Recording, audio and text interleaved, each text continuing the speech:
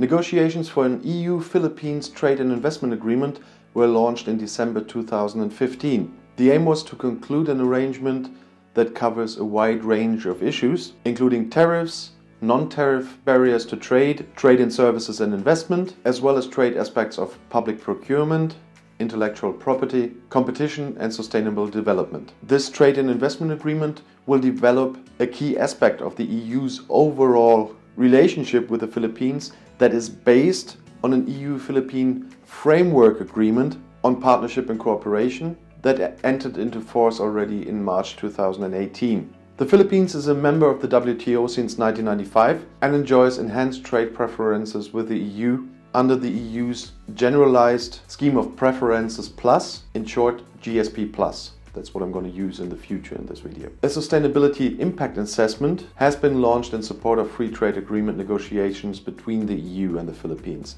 And there once again you have the word impact assessment. As I said before, any agreements there will be impact assessments, and the same is done for each different region, each different country. So no country can get the same deal because the result of the impact assessment is always different. And this assessment seeks to assess how trade and trade-related provisions in this proposed FTA could potentially impact economic, social, human rights and environmental elements in each trading partner and in other relevant countries. And as I said, since December 2014, the Philippines enjoy enhanced preferences by this GSP Plus. And the special incentive arrangement of this GSP Plus grants full removal of all tariffs on 2/3 of all products, aiming to support sustainable development and good governance. In order to maintain this GSP Plus, the Philippines is subject to regular monitoring of its obligation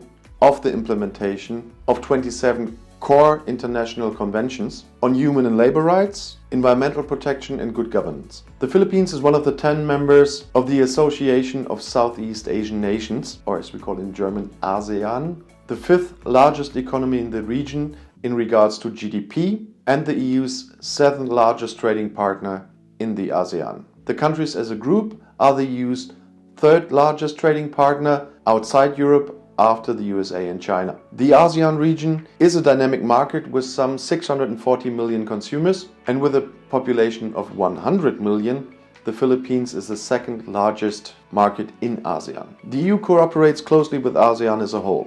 Cooperation is maintained through the EU-ASEAN dialogue, which includes discussions on trade and investment issues at ministerial level and senior economic official level. Ensuring better access for EU exporters to the ASEAN market is a priority for the EU. Negotiations for a region-to-region trade and investment agreement between the EU and ASEAN were launched in 2007 and paused by 2009 to give way for bilateral trade negotiations. These bilateral trade negotiations were conceived as building blocks towards a later region-to-region agreement. And if you now want to know more about European politics from a German point of view, I'll put my next video in the end screen. Click and enjoy. I'll see you there.